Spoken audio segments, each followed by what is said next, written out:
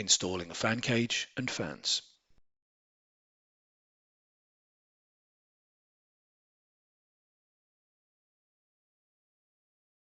Before you install the fan cage, make sure all the fans have been removed.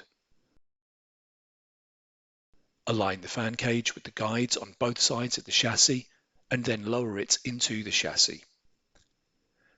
Tighten the captive screws to secure the fan cage in place.